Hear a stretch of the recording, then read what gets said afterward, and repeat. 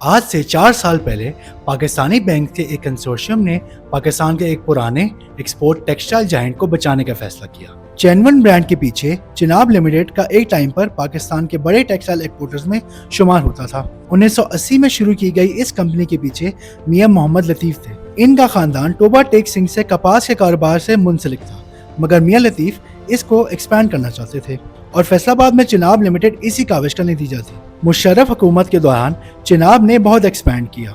Interest rates कम थे, बैंकों की रिजकारी हुई थी और कारोबार का बाजार गर्म हुआ था। चिनाब ने इसी सिलसिले में बैंकों से काफ़ी ज़्यादा कर्जा उठा लिया, मगर फिर आया 2008 का क्रैश। बढ़ती energy prices, increasing interest rates और मुल्क में तेज़ी से तशवीशनाक होती सिक्योरिटी सिचुएशन ने पूरी टेक्सटाइल को उल्टा दिया। सालों के बनाए हुए क्लाइंट्स मिनटों में चले गए और चिनाब की सेल भी गिरना शुरू हो गई और साथ साथ कर्ज बढ़ता गया। सन 2011 में पहली वाइंडिंग अप प्रोसीडिंग शुरू हुई। आखिरकार लाहौर हाई कोर्ट ने 2017 में चिनाब को वाइंड अप करने का फैसला दे दिया। अब उनके क्रेडिटर्स एसेट्स बेचकर अपनी कुछ रकम वापस ले सकते थे, मगर मियां लतीफ ने हिम्मत नहीं हारी और वापस बैंक्स के पास चले गए। चिनाब के सारे कर्जदारों में से सबसे बड़ा कर्जदार था एचबीएल बैंक और एचबीएल ने इस फैसला किया कि क्यों ना मिल के इस कंपनी को दोबारा चलाया जाए। और एचबीएल ने सोचा कि चिनाब के डेट को रिस्ट्रक्चर करते हैं और इस तरह मिल गया इनको दूसरा चांस। रिस्ट्रक्चरिंग नवंबर 2023 में फाइनलाइज हुई और चिनाब एक मरतबा फिर चालू हो गई। इस वक्त चिनाब पे तकरीबन 8 अरब का कर्जा था जो उसने वापस करना था, मगर इस रिस्ट्रक्चरिंग के नताइज अच्छे नहीं रहे। शुरू में फैक्ट्री रिस्टार्ट होने से 2024 में 3 अरब का रेवेन्यू भी आया था, मगर मुनाफा दूर की बात थी। सन 2025 में कंपनी ने 8 करोड़ का ग्रॉस लॉस पोस्ट किया, यानी प्रोडक्ट्स की जितनी कॉस्ट थी उससे सस्ते में उसको बेच रहे थे।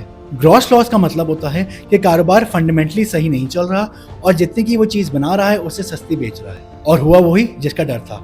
जो चिनाब की रिस्ट्रक्चरिंग की गई थी वो अपनी किस्त भी अदा नहीं कर पा रहा था। अभी के लिए चिनाब ने एक और मरतबा फिर एक चांस मांगा है। सजेशन ये है कि चिनाब शाहकोट में अपना एक वीविंग यूनिट और फैक्ट्रीज की कुछ जमीन बेचकर अपनी इन किस्तें दोबारा अदा करना शुरू कर दे। मगर यहाँ एक सवाल खड़ा होता है, क्या चिनाब की रिस्ट्रक्चरिंग एक अच्छा फैसला था? देखने में तो ऐसा ही लग रहा है। अगर चिनाब ने जमीन बेच के भी अपना कर्जा पूरा कर लिया तो ये सिर्फ जून 2026 तक पूरा कर पाएंगे। क्या इसके पीछे भी कोई हिकमत है?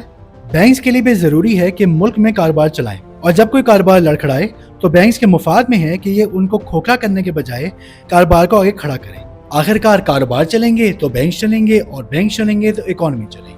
इस मिसाल से हम ये देख सकते हैं कि शायद चिनाब की रिस्ट्रक्चरिंग एक सही फैसला नहीं थी, लेकिन इसके पीछे जो प्रिंसिपल था वो बिल्कुल सही था कि बैंक्स कारोबार को सपोर्ट करें जिससे इकॉनमी चले।